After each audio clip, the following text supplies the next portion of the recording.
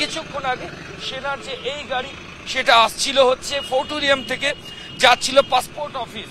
কলকাতা পুলিশের দাবি এই গাড়ি বিপজ্জনকভাবে চালানো হচ্ছিল এবং বিপজ্জনকভাবে এই গাড়ি চালিয়ে যখন রাইটার্স বিল্ডিং এর সামনে থেকে এই গাড়ি আসে তখনই এই গাড়ির ঠিক পেছনে কলকাতার পুলিশ কমিশনারের গাড়ি ছিল।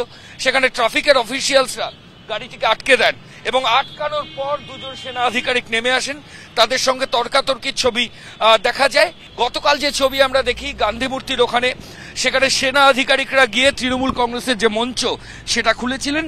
আজকে আবার একটা অন্য ছবি দেখতে পাচ্ছি, রাইটার্স বিল্ডিং এর সামনে সেনার গাড়ি, সেটা কিন্তু কলকাতা পুলিশের আধিকারিকরা ডেঞ্জারাস ড্রাইভিং অর্থাৎ বিপজ্জনকভাবে চালানোর জন্য আটকে রেখেছেন এবং দুজন সেনা আধিকারিক তারা দেখো তারা ঊর্ধ্বতন আধিকারিকদের সঙ্গে যোগাযোগ করছেন।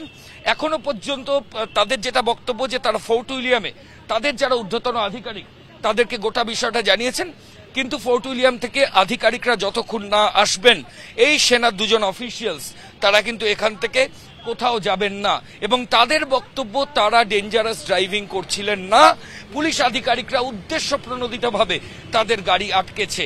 কিন্তু এই মুহূর্তে যে ছবি আবার আমরা দেখাচ্ছি যে একদিকে সেনাবাহিনীর ট্রাক এবং পেছনে দেখো হেয়ার স্ট্রিট থানার পুলিশ আধিকারিকরা ইতিমধ্যেই চলে এসেছেন।